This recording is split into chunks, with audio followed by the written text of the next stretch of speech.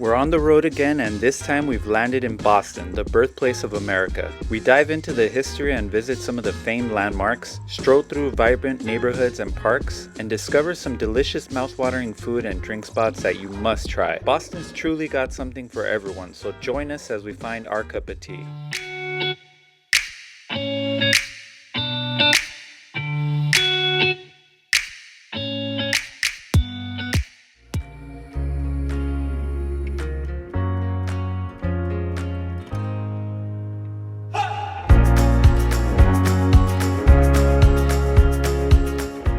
We start off on the Freedom Trail, a 2.5-mile journey through the city with 16 iconic landmarks that shaped our nation.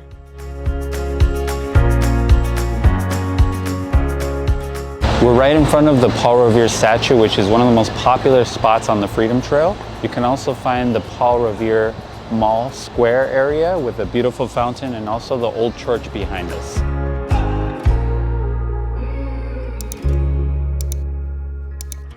We're standing in front of the old State House, which is about 5 minutes from Quincy Market. This place is very historic. It's part of the Freedom Trail because back in 1770, 5 colonial soldiers were murdered by British troops, and that is what sparked the American Revolution, which eventually led to American freedom. In 1828, when Andrew Jackson was running for president, one of his popular slogans was, "Let the people rule," which of course is a symbol of our democracy, but everyone else thought he was a dumbass. They called him a jackass, which is why there's a donkey here. And that soon became the symbol of the Democratic Party. We're standing in front of the old city hall, but fun fact, in 1635, this was actually the first public school in America. So us being educators, of course, we wanted to come check it out. This is where education began. And without it, we wouldn't have so many of the things we have now. So thank a teacher today. Boston's brewery scene is buzzing with variety. The internationally famous Sam Adams may have been one of the founding fathers of the craft beer scene, but over the last decade, Boston has undergone a revolution of flavors, now with an impressive 45 breweries and counting. As usual, we used Untappd to find the best breweries in the neighborhood. We hit up Mighty Squirrel, conveniently located next to Fenway Park for all your pregame needs, Democracy Brewing in downtown, Tellurium in the Waterfront District, and Remnant and Lamplighter Brewing in Inman Square. We decided to stop by an Irish pub because Irish people formed the largest ethnic group here in Boston. In the 1850s, when the Great Irish Famine struck Ireland, a bunch of Irish immigrants migrated to the United States and settled here in Boston. We thought, why not visit a pub? This Irish pub is supposed to be one of the best in Boston, and it's decorated like a traditional Irish pub. They even have banshees hanging from the ceiling, which banshee translates to female supernatural spirit. I ordered the fish chowder and it looks so hearty. It has clams and salmon and fish, and it's just so creamy. It comes with some bread, a lot of bread. Everything here is just hearty. It's almost like you're at a pub and they want you to soak up all that beer you just drank. It's delicious. I ordered the fish sandwich, which comes with fries, and the toast is nice and toasty. Pretty big sandwich. There's 3 giant pieces of fish in it. It's nice and crispy. Let's see how it tastes. Oh, I can't even fit it around my mouth. It's so big. It tastes incredibly fresh. Wow, it's good. Another place you just can't miss is Mikes Pastries, the legendary bakery known for its insanely delicious cannolis and pastries. This place is always buzzing with locals and tourists lining up for a taste of their famous treats. It was our first time trying a cannoli and we're very excited. All right, so we have our cannoli, pistachio cannoli from Mikes Pastries. It's gonna be our first time for both of us to ever have a cannoli. It looks filling, it looks yummy. I actually already tasted the filling. It's very cream cheesy. So here goes my first ever cannoli bite. Oh my god, that's pretty good. The idea of all of this filling in a bite was kind of like overwhelming for me, but it is not too sweet. It's crunchy, it's good. It looks like a cylinder full of frosting with pistachios on it, and it's very firm. Oh, that's really crunchy. It's not as sweet as I thought it would be. At first glance, I thought the frosting was going to be very sweet, but it's actually not sweet at all. I'm almost sad it doesn't have more frosting, to be honest. Oh, look at They that. should serve it with like a dipping sauce of frosting.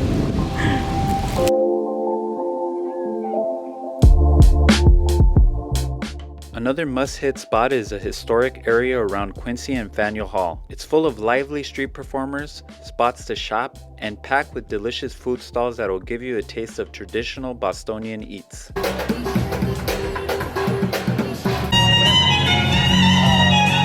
At the Quincy Market, there's no shortage of delicious food you can get here. It reminds us of Grand Central Market and the Anaheim Packing District, which we've been to. Link down below if you want to check out those videos, because it is just a food market full of flavors. There's so many delicious things you can get here, but of course, being in Boston, I opted for the New England clam chowder in a bread bowl from Lobster Chowder? I forget what the name was. Wicked chowder. From Wicked Chowder. It's creamy and so full of flavor. It's just like the perfect soup. I opted for the corn dog from Kong Dog. This dog comes with Doritos and sweet chili sprinkled all over it. And it's pretty big if you look at it. Oh my god, look at Let's see how flavored it is. Look at the messy maze. Look at how much flavor there is in Wow. here. It's basically a dipping sauce, so let's try it out.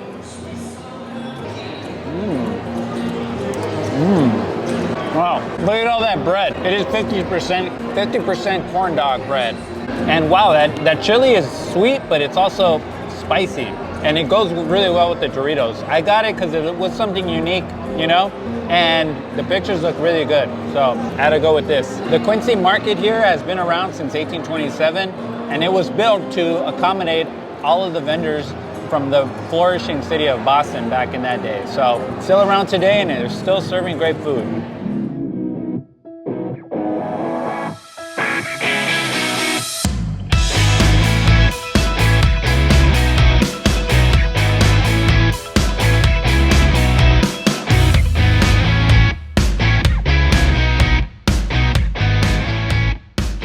We're here at the Sam Deck at Fenway Park, which is one of the highest views at Fenway. This stadium has been around since 1912, and it's the oldest stadium in the MLB.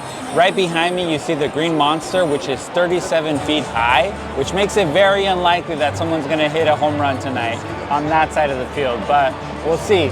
It's also one of the smallest stadiums in the MLB with around 37,000. And it really feels like it when you're here. Very intimate, historic park. If you're a baseball fan, you definitely have to check out Fenway when you're in Boston. To give ourselves a little tour of Fenway Park. So right now we're just walking around the park. We're standing at the first base standing room only section, and you get a whole different view from where we were before. You're really close to the field. And then you just get like even an old-timier kind of feeling with the bricks. And it's just like a classic baseball field. Really cool to just be walking around and getting the energy of all these folks here watching the game. Here at Fenway, you can get the Fenway Classic Dog. But honestly, the Italian sausage looked a lot better. It has delicious grilled onions and peppers in it, so I had to go with that. Loaded it up with ketchup and mustard. So let's see what it tastes like. Let me tell you, it's no Dodger dog, but pretty damn good. I would go with this over the Fenway dog. The thing at Fenway is that they have these little stands for, oh, they got a home run.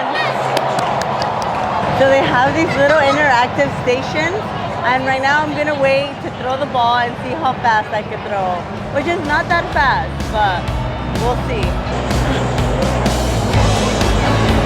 Oh, yeah. That's a record low. If my arm hurts tomorrow. Okay.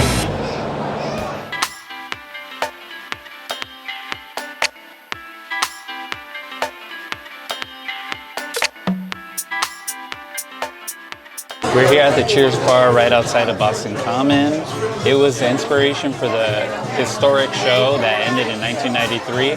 It used to be called the Bull and Finch, but they renamed it the Cheers Bar after it became so popular. And we just thought, why not grab a beer at one of the most historic bars in the US? Cheers! We're just enjoying some food right now. Grab some chicken fingers. It's not a big place, and there's a lot of people in here. Cheers, where nobody knows my name. The sites at the Esplanade along the Charles River are perfect for a scenic stroll, kayaking, or catching a concert at the Hatch Shell.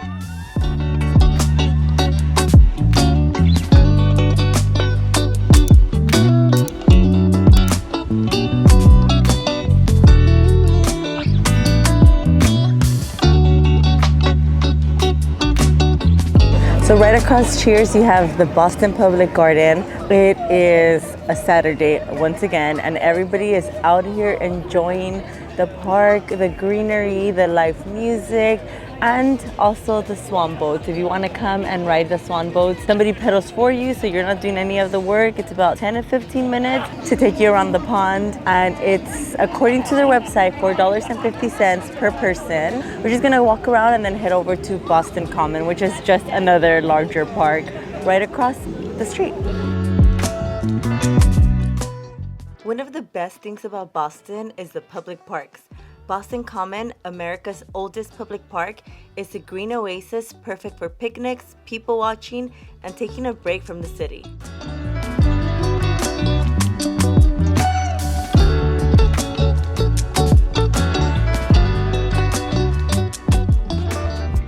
Another must-visit is Copley Square, a melting pot of history and modern vibes. The Gothic Trinity Church and Boston Public Library give you a taste of the jaw-dropping architectural timelessness of Boston. A few blocks down is Newbury Street, perfect for strolling and indulging in some shopping, dining, or grabbing a coffee at one of the many quaint coffee shops.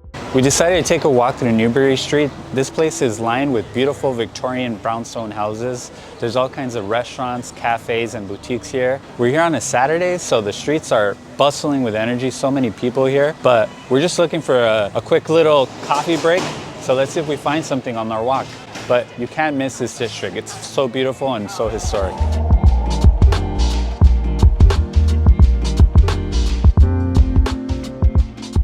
As we were walking down Newbury Street and looking for a place to stop, what do you know?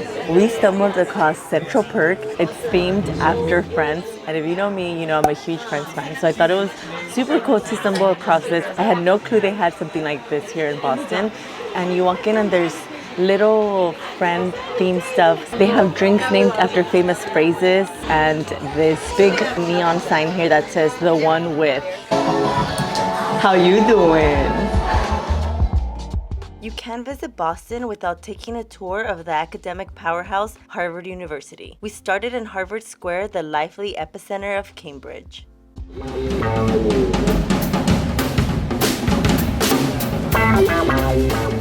We needed some wake-up juice, so we stopped by Black Sheep Coffee.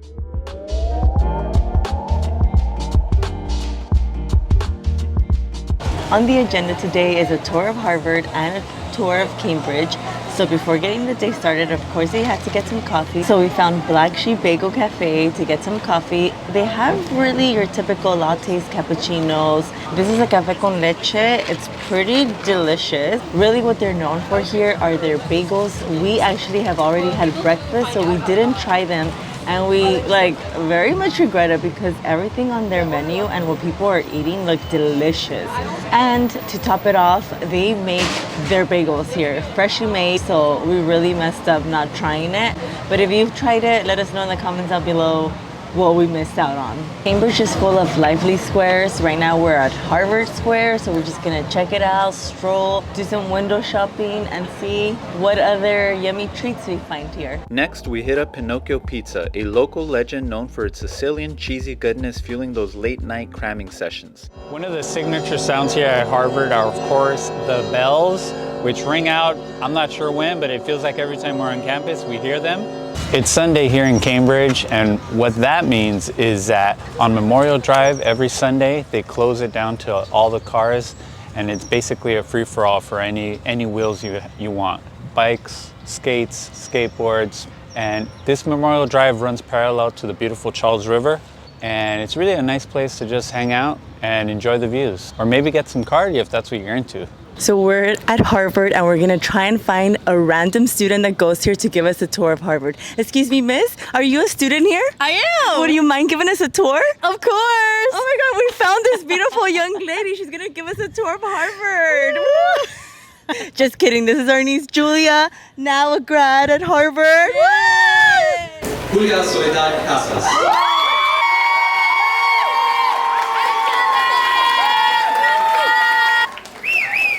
She's gonna give us a tour. Right now we're standing in Harvard Yard. So right here is the Mather House crest, and basically how the housing system works here is you get placed into one of 12 houses at the end of your freshman year. At the end of my freshman year I got placed into Mather House, which is one of the 9 river houses, and so I've lived there the past 3 years. Woo! Riverview! So right now we're in front of Widener Library, which is the oldest and largest library at Harvard.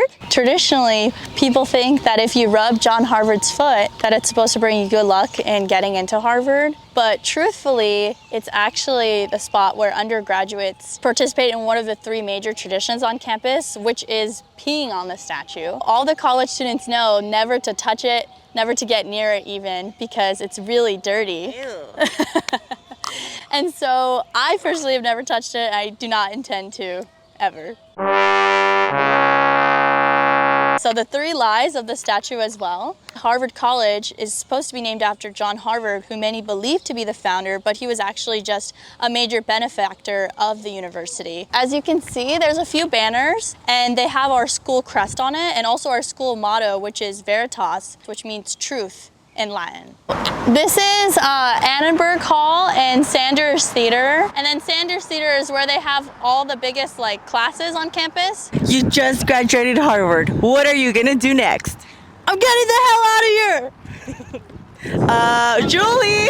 I'm just kidding, I'm staying in the area. I will be a clinical research coordinator until I apply to medical school in a year and hopefully go to medical school. Woo!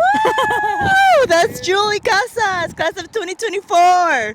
Welcome back to another segment. This time it's called Guess My Favorite. I'll start. Babe, what was my favorite coffee? Favorite coffee? Coffee. Black Sheep? Yes. Okay, now it's my turn. Guess my favorite river. Your favorite river's gotta be the Chows. Charles and Chad. Here's a toughie, right? You ready for this one? Guess my favorite brewery. Your favorite brewery, which I should have made you write it down. Your favorite brewery was Mighty Squirrel, especially at Fenway. Is it? I was gonna say Tellurium.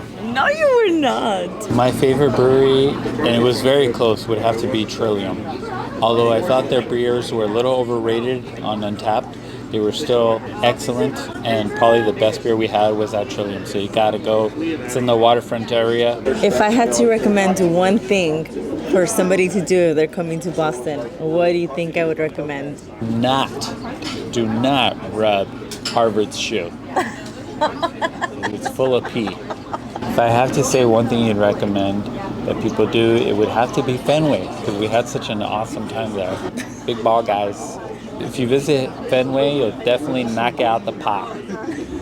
Instead of renting a car here in Boston, we decided to go with the public transportation that is very accessible to people here. And we have the commuter rail, we have the subway, and we have buses. And so it's so easy to connect from bus to bus. We decided to get a 7-day pass for $22 versus paying for each individual form of transportation that we take. The buses are about $1.70, the subways are like $3 to $4, and the commuter rails are about $10, and that's all one-way trips. So you can see how it can add up. So we just thought $22, 7 days, even though we're not going to use it for 7 days, it just still was a cheaper option. Parking down in the city can be a little challenging and expensive, so this was a great option for us, and I'm enjoying the rides. They're clean and they're easy to find, and on Google Maps, and overall smooth. Road. It's been a smooth ride. And another thing that we found was very easy was getting to the city from the airport. They have a silver line that takes you from the airport to different areas in Boston and the city. And from there we took, you know, the red line, or you can take the green line, orange, all kinds of lines to get to your final destination. So getting out of the airport was one of the easiest things we've ever done while traveling. So shout out to Boston for that. Thanks for joining our Boston adventure. From historic parks and iconic squares to delicious eats and drinks, this iconic city's got it all. If you found this video helpful, please hit the like button and subscribe for future travel videos. Thanks for watching and catch you on the road. Maybe get some cardio if that's what you'd like. Or maybe get some cardio if or maybe get some cardio if you've had 5 different cannolis like we have. Instead, Street, Benton Square. If you could speak louder, that'd be great. And it's still standing. I'm still standing.